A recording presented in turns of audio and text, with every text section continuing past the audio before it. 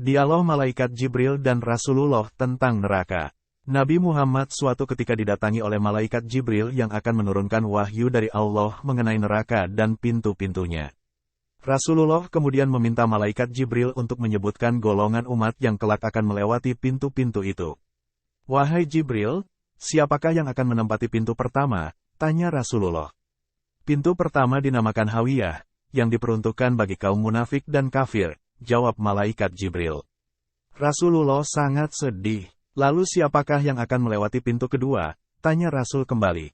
"Pintu kedua dinamakan Jahim, yang diperuntukkan bagi kaum musyrikin," jelas Malaikat Jibril. "Bagaimana dengan pintu ketiga?" tanya Rasulullah kembali. "Pintu ketiga dinamakan Sakar, yang diperuntukkan bagi kaum Sobiin atau kaum penyembah api," jawab Malaikat Jibril. "Selanjutnya pintu keempat untuk siapa?" tanya Rasulullah. "Pintu keempat dinamakan Latha, untuk iblis dan pengikutnya," jawab Jibril. Rasulullah terdiam sejenak, ia berharap tidak ada satu pintu neraka yang diperuntukkan bagi umatnya.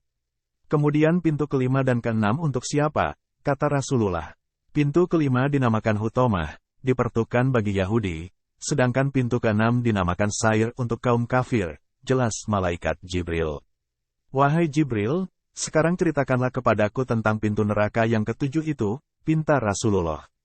Mendapatkan pertanyaan seperti itu, Malaikat Jibril sejenak diam seperti ragu hendak menceritakannya.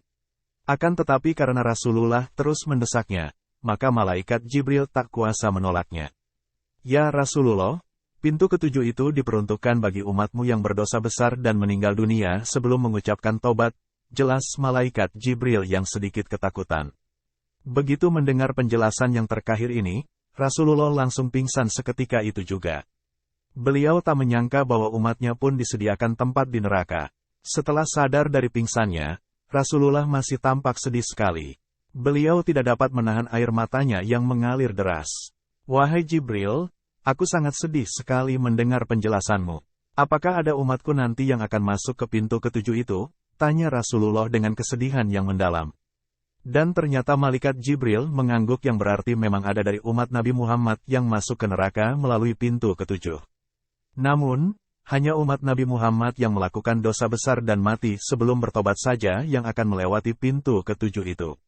Selama beberapa hari setelah kedatangan Malaikat Jibril itu, Rasulullah tidak berbicara dengan orang lain. Beliau hanya mengurung diri di rumahnya.